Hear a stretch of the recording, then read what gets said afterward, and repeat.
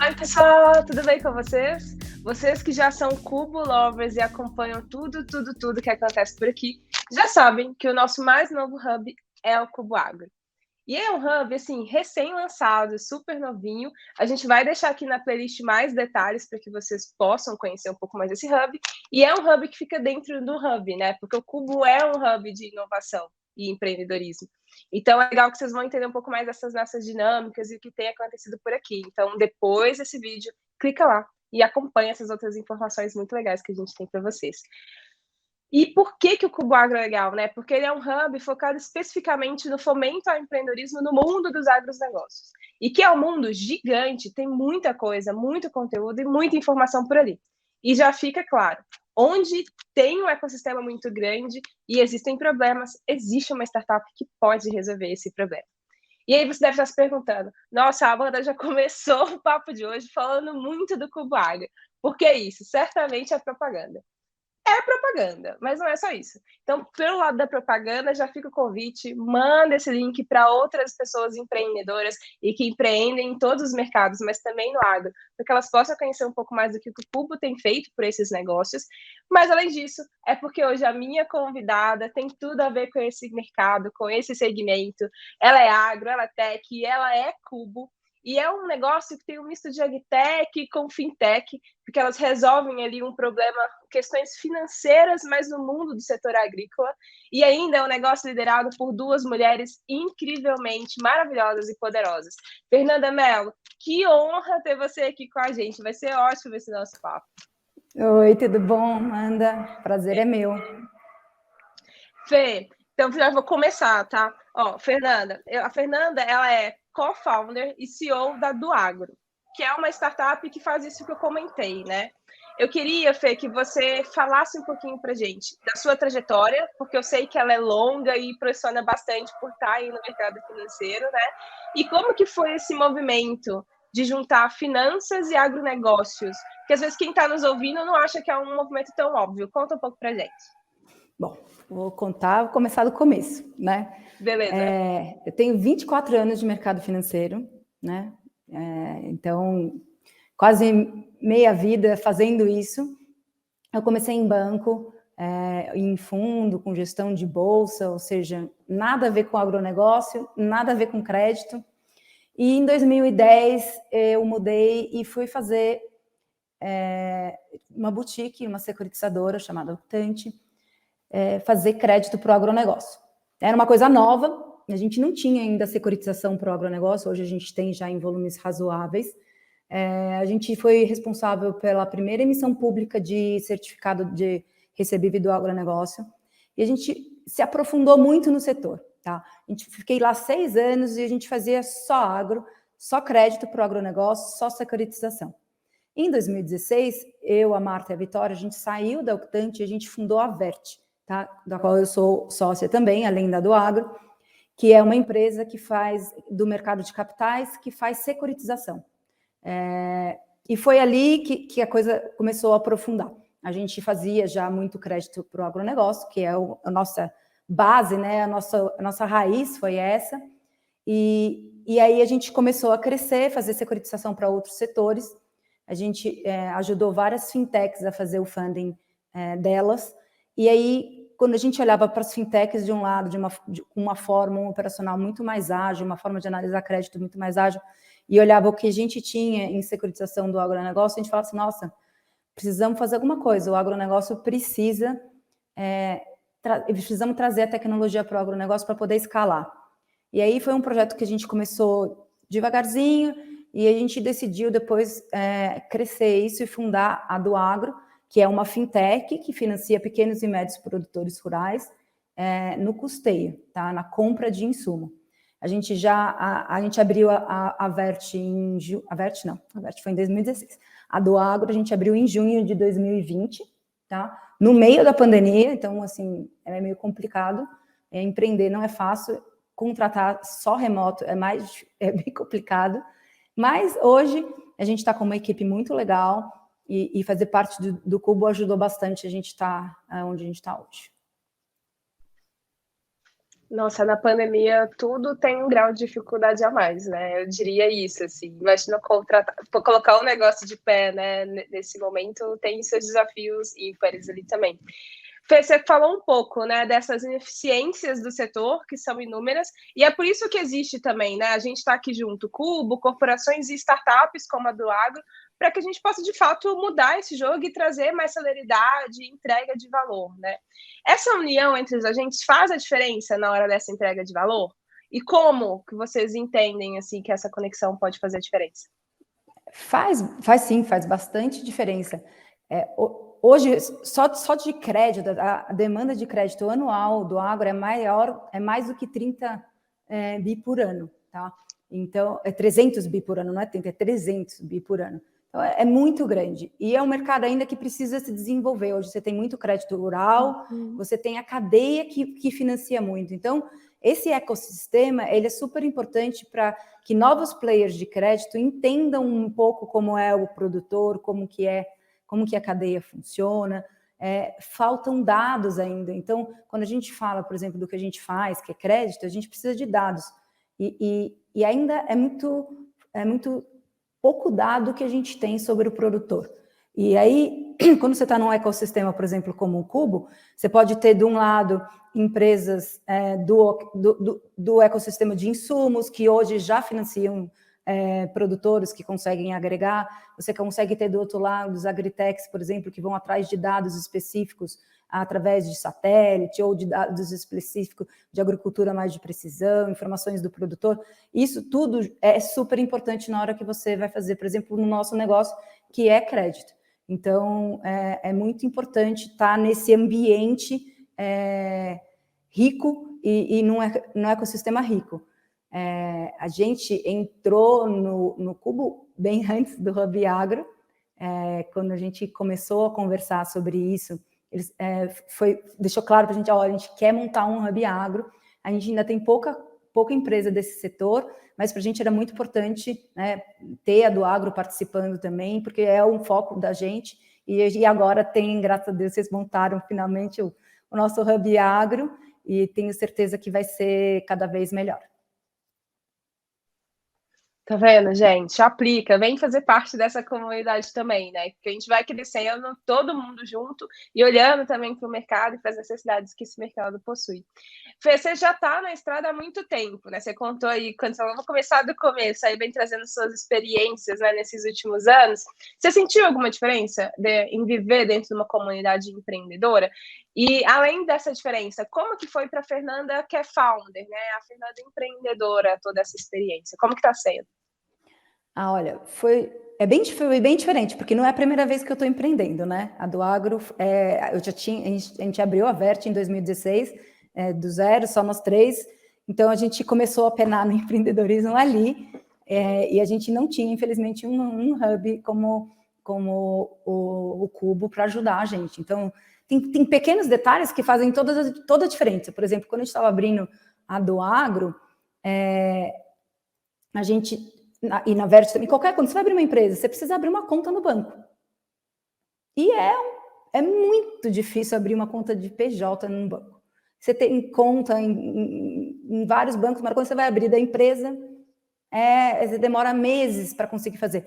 O fato da gente estar no Cubo e o Cubo dar uma assistência e saber que isso acontece, ele já facilita essa parte. Preciso contratar gente. Você consegue postar as vagas no Cubo e a quantidade de gente que aplica é incrível, comparado com como a gente teve que montar a Vert lá sem esse auxílio, faz bastante diferença.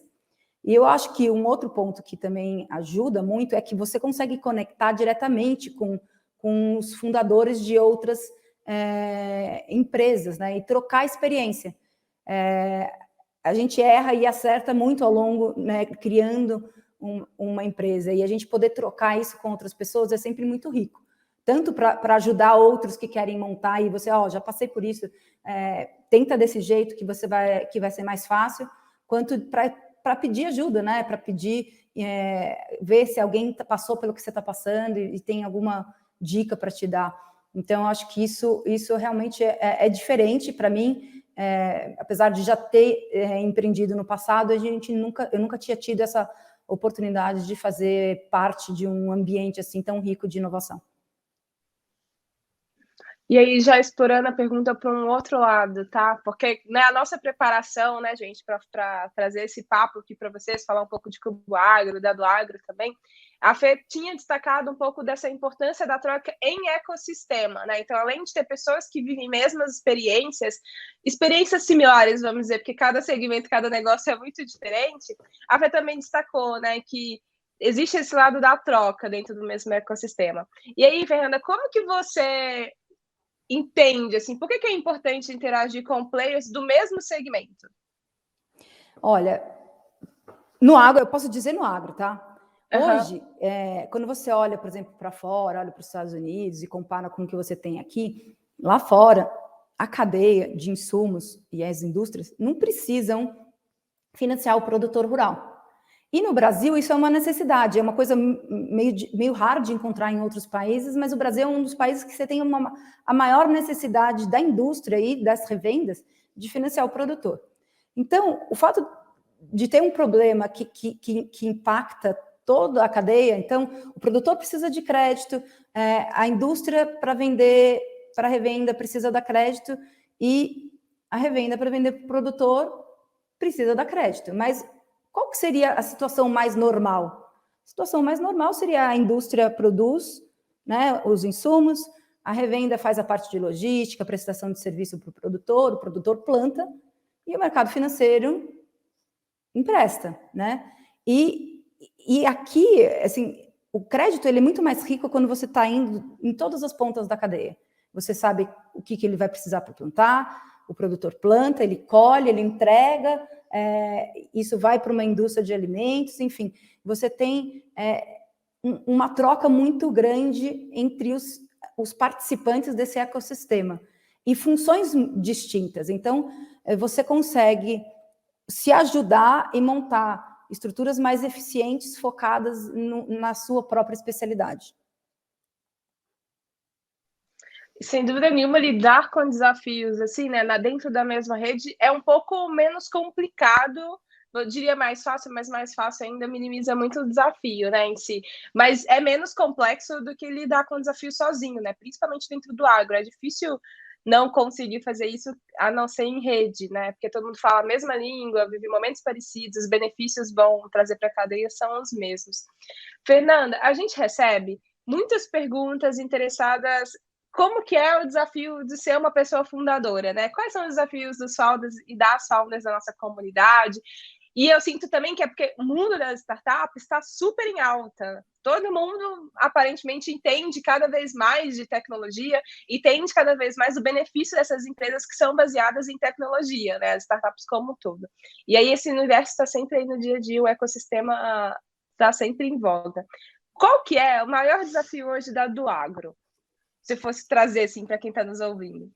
Olha, para mim, o maior desafio da do agro é ser uma empresa de tecnologia para produtores rurais, tá? Porque o produtor ele é muito tecnológico no campo, mas no dia a dia dele não é tanto. Então, e principalmente quando a gente fala de crédito, isso está bem distante do dia a dia dele. Então, a gente tem um papel educacional muito grande para a gente conseguir aumentar o uso de tecnologia no campo para o produtor na parte financeira, tá? Então, esse é outro motivo que você está dentro de um ecossistema maior, onde todo mundo tem esse mesmo interesse, facilita, porque o educacional é muito grande, você tem um país enorme, e o agro está espalhado pelo Brasil inteiro, né?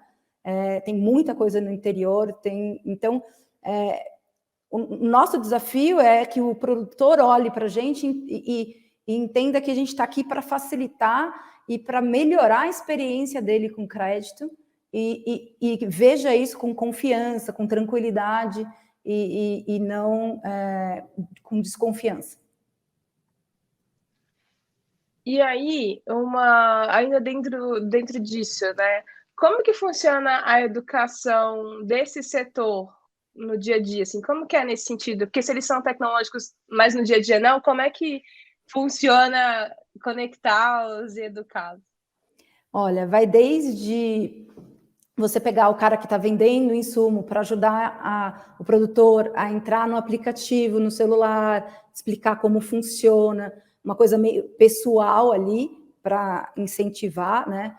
Até uma parte de comunicação muito forte, então ajudar com notícias de interesse do produtor e que tragam uma informação melhor sobre o que a gente faz e sobre o que ele precisa. Então, é uma proximidade física mesmo, para poder melhorar essa parte educacional. Por isso que a parceria com a cadeia toda, ela é muito importante, porque a gente deveria ser um esforço conjunto de trazer esse tipo de informação para o campo, e o desafio, às vezes, não é só cultural, às vezes é tecnológico mesmo. O produtor nem sempre tem um smartphone. E se ele não tem o smartphone, ele não vai conseguir entrar no aplicativo. E daí você vai ter que entrar para fazer uma assinatura eletrônica no aplicativo e não consegue porque ele não tem um smartphone. Então, dependendo do tamanho do produtor, você pode ter problemas, inclusive, né, de hardware, ali, de celular. Então, você vê o tamanho que pode ser o desafio. Mas também quando a gente olha de forma sistêmica, né, é também olhar para a sustentabilidade do negócio, né, olhar o que compete à nossa caixinha e como que as outras caixinhas vão se conectando no nosso dia a dia. E isso é muito importante, tá, gente, você que está vendo, porque não adianta só você se preocupar com o seu, tudo compõe algum ecossistema, então se precisar ir se conectar com outros agentes para fazer rodar, né, a máquina, é preciso. E aí, Fernanda, olhando também, né, para esse olhar assim do crédito, da tecnologia, enfim, não falta desafio, sem dúvida nenhuma. Principalmente na hora que você começou a falar no agro e dentro do Brasil também, né? Que o mercado de agro ele é muito vasto, assim, muito grande. Quais são os próximos passos para essa experiência de crédito ser cada vez melhor para os clientes de vocês, assim? Isso tem carinha de novidade, né? Eu, como economista, toda vez que eu vejo negócios assim, eu fico, tem mais coisa aí dentro da caixinha. Olha, eu acho que tem muita coisa legal para frente quando a gente olha em tecnologia. Agora há pouco eu fiz um curso de blockchain para me inteirar um pouco mais dessa nova tecnologia, e que eu acho que no futuro pode ajudar em várias etapas ali no agronegócio, que vai desde rastrear o produto lá na ponta para fazer um produto mais sustentável, até facilitar o processo e a informação, a formalização dos laços, dos contratos. Então, eu acho que tem muito que a gente pode usar dessas novas tecnologias para o mundo do agro, entendeu? Então, eu acredito que isso vai ficar cada vez mais simples na medida que a gente consegue incluir novas formas aí de uso da tecnologia. E aproveitando que você falou e que fez um curso de blockchain, gente, é muito interessante, pelo menos ter uma ideia, né, do que se passa nesse mundo aí do blockchain e outras tecnologias. E aí você também disse no nosso papo que você está estudando sobre gestão corporativa, cultura de grandes empresas, startups, cases como Netflix, enfim. Conta pra gente alguns desses insights desses seus últimos estudos. Tem dica de livro, alguma coisa para quem está nos vendo queira entender um pouco mais? Quais são as dicas da Fernanda? Olha, o maior desafio de um empreendedor, de um gestor, são as pessoas. Então, isso eu aprendi nos últimos anos. Você vai crescendo e você não, normalmente você é especialista numa coisa, daí você monta uma empresa que faz isso, mas você não tem tanta experiência assim na gestão de pessoas, né? Você passa a ser um líder e como inspirar, como deixar todo mundo dentro da mesma cultura. A questão da cultura da empresa eu acho que é muito importante, e disseminar essa cultura não é uma coisa muito simples. Então tem um livro, você falou do livro do Netflix, né, que se chama A Regra é Não Ter Regras, que conta um pouco da trajetória do Netflix, né, do fundador do Netflix, e o que ele foi experimentando. Uma coisa muito interessante que ele fala é a densidade de talentos, né? Então, como conseguir ter bons profissionais trabalhando com você, como reter esses profissionais, e como às vezes é melhor você ter 2 muito bons do que 5 médios.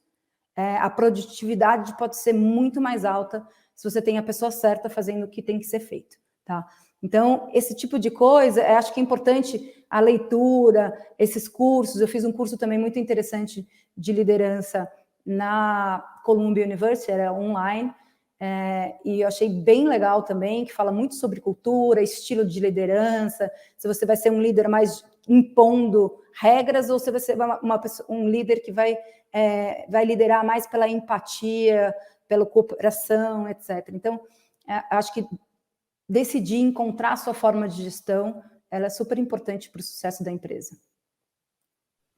Nossa, sem dúvida nenhuma, né? Porque tem uma hora ali que na hora que cresce, deixa de ser o perfil pessoa fundadora especialista e passa a ser gestora, né? Então, ter esse olhar, ele é, sem dúvida nenhuma, muito importante.